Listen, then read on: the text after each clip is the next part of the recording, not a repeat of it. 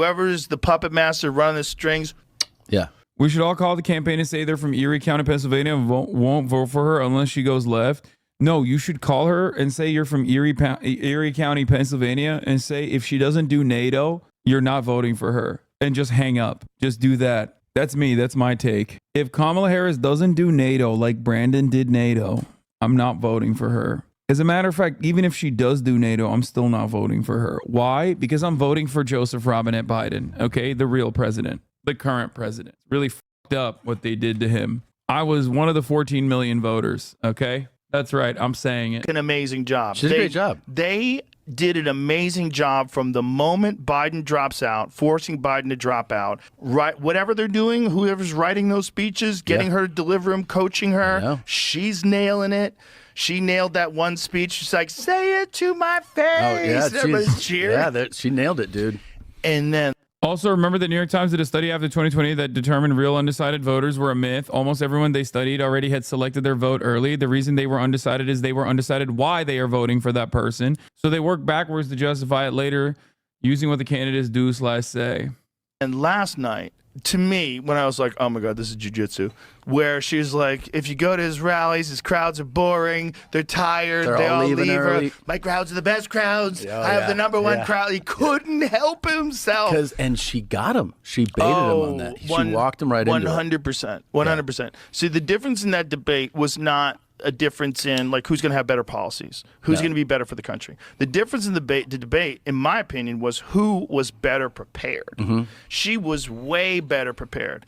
Yeah, dude. Trump totally has better policies. I love when people just say this because like Kamala Harris objectively policyless, but it's not like Trump has any fucking policies either. What is this fucking idiotic double standard that every smart thinker always posts about? Like they're always chirping about this shit. Yeah. And even when it came to answering tough questions, instead of answering, she would just say things that she believes. Yeah, sure. And they sounded real good. Yeah, that's the soundbite. That's called being a savvy politician. It's also called being someone who's working with a team versus someone who's like, they said Trump, that deal was the best deal. They've never seen a deal like this before. They said, how did you put that deal together? People thought that was just brilliant.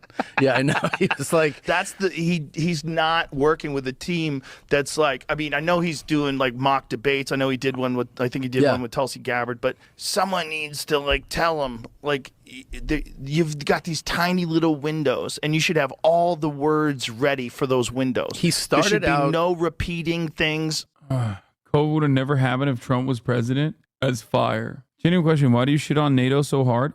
Is it the Western imperialism? Are there other reasons? Excuse me. You are talking to the only eligible NATO voter right now because the last NATO voter is now in federal prison. Okay?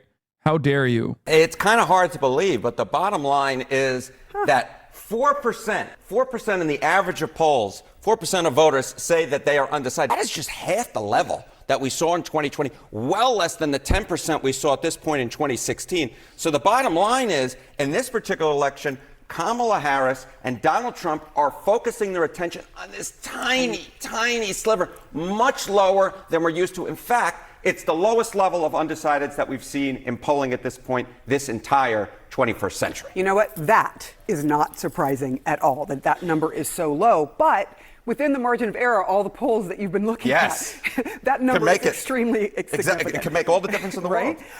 So what do these undecideds care about? What are their big issues? What are their top? Let me guess. They want tax cuts. They want deregulation. They want more war. They want NATO. They want immigrants. And if Kamala Harris doesn't secure all 5 of these at the same time, these undecideds will vote for the Republican Party, except they will vote for the Republican Party even after Kamala Harris makes a pledge to do all 5 of those things that they want. So let's see. Top issues. Well, perhaps not surprisingly, 30% say the economy, inflation. That's number one. But number two, they actually don't have a top issue. Whoa. 28% say there is no top issue, which perhaps isn't so surprising given that they're probably not as tuned into politics. They might care more about the characteristics of the candidates themselves rather than the issues that they represent. But I think that you get this. I love that American media totally looks at like the absolute dumbest people in society and consistently props them up as like the only people that matter in the conversation. It's great. I think we are actively positioning people to be even dumber and dumber. Large chunk of undecideds, right, or the large chunk within the undecideds who say there's no top issue, that of course makes it difficult for the campaigns to go after him, because what exactly are you going to talk about to the folks who say, wait a minute, we don't have a top issue? Right. That's a hard thing, but obviously the economy, that is the issue that seems to be across all.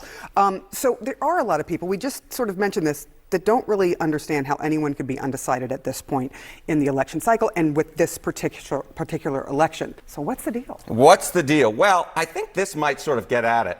2024 is the most important election of my life. 72% of Trump backers say it is, 70% of Harris backers say it is, but just 24% of undecideds say it is. So the bottom line is they don't actually think there's that much on the line going on here, and that is, I think, part of the reason why they're willing to stay back and just say, you know what, I don't really necessarily like either of these folks. I don't think this is the most important election, so you know what, I'm going to continue to be undecided. Of course, there's just 4% of them, but that 4%... Okay, I take it back. They're actually brilliant.